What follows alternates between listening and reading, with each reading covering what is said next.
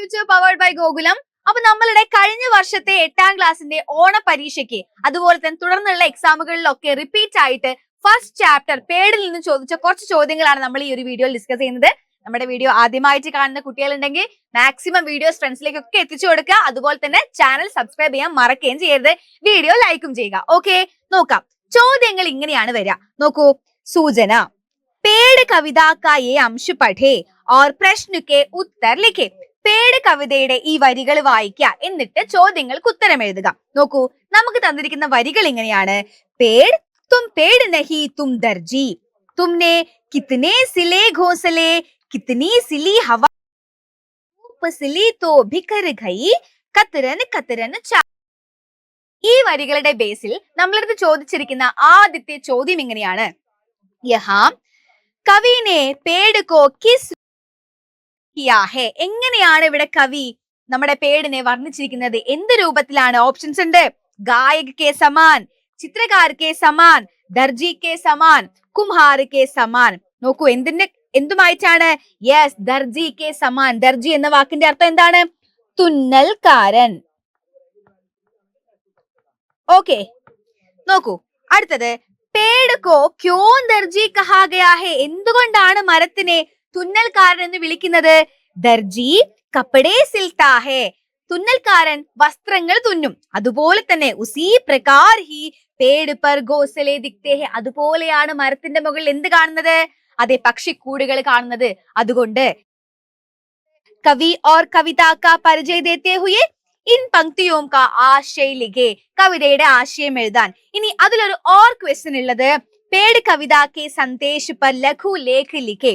അതായത് പേട് കവിതയുടെ സന്ദേശം ഉൾപ്പെടുത്തിക്കൊണ്ട് പേട് എന്ന ഒരു ശബ്ദത്തെ കുറിച്ച് അല്ലെങ്കിൽ പേടിനെ കുറിച്ച് ഒരു ലേഖ എഴുതാൻ വേണ്ടി നമുക്ക് എന്ത് തന്നിട്ടുണ്ട്? ഹിന്റ്സ് തന്നിട്ടുണ്ട്. പേട് സേ ലാഭ്, പര്യാവരൺ കി സുരക്ഷ, മാനവ് സേ പേട് കാ സംബന്ധ്, പേട് കെ സംരക്ഷൺ കാ ദായിത്വം.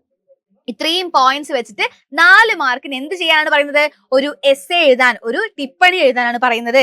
നമുക്ക് നോക്കാം, ഉത്തരം നോക്കാം. ഇവിടെ കവിതയുടെ ആശയം നോക്കാം. ശ്രീ സുശീൽ ശുക്ല കി കവിത ഹെ പേട്. അപ്പൊ നമ്മൾ ആദ്യം കവിതയുടെ ഒക്കെ ആശയം എഴുതുമ്പോ ആരുടെയാണ് കവിത എന്ന് നമ്മൾ എഴുതണം, അല്ലെ?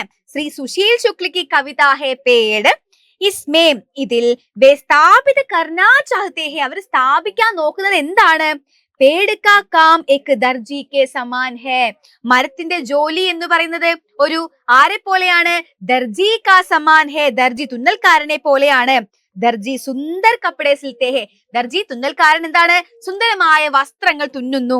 ഉസി പ്രകാർ അതുപോലെ തന്നെ പേട് ഘോസലോ കോ ദേഖ് കർ കവി കൽപ്പന കർത്തേ ഹെ കി പേടിനെ ഘോസലേ സിലേ. അതായത് മരമാണ് ആ മരത്തിന്റെ മുകളിലുള്ള പക്ഷിക്കൂടുകളൊക്കെ തുന്നിയത് എന്നും, പേട് ഹവാവോ മേ പ്രാണവായു കാ സഞ്ചാർ കർത്താ ഹെ.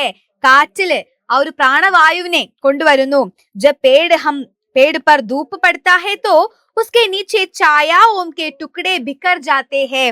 അതായത് മരത്തിന്റെ മുകളില് എന്ത് വരുമ്പോ, വെയിൽ വരുന്ന സമയത്ത് താഴെ ആ നിഴൽ എന്ത് പറ്റുന്നു? അത് കഷ്ണങ്ങളായിട്ട് പോകുന്നു. ഇൻ സബ് കി തുലന കർക്കെ കവി ബതാത്തെ ഹെ കി. ഇതിനെ എല്ലാം തുലന ചെയ്തുകൊണ്ടാണ് കവി പറയുന്നത് പേട് ഏക് ദർജി കെ സമാൻ കാം കർത്താ ഹെ. മരം ഒരു എന്തിനെ പോലെയാണ് ജോലി ചെയ്യുന്നത്? തുന്നൽക്കാരനെ പോലെയാണ് ജോലി ചെയ്യുന്നത്. पेड़ से हमें ऑक्सीजन, फल, फूल, लकड़ी और औषधियां मिलती है. മരത്തിൽ നിന്ന് നമുക്ക് ഓക്സിജൻ, പഴങ്ങൾ, പൂക്കൾ, ലക്കടി ഇതെല്ലാം കിട്ടുന്നുണ്ട്. യേ ഹമേ ഛായാ ദേത്താ ഹെ. നമുക്ക് തണൽ തരുന്നു. ഹവാ കോ സാഫ് കർത്തേ ഹെ. കാറ്റിനെ എന്താക്കുന്നു? സാഫ്, ക്ലീൻ ആക്കുന്നു. പേട് കെ കട്ടാവ് കോ റോക്തേ ഹെ. മണ്ണൊലിപ്പ് തടയുന്നു. വന്യജീവോं के घर प्रदान करते हैं. വന്യജീവികൾക്ക് ഒരു വീട്, ആശ്രയമാകുന്നു.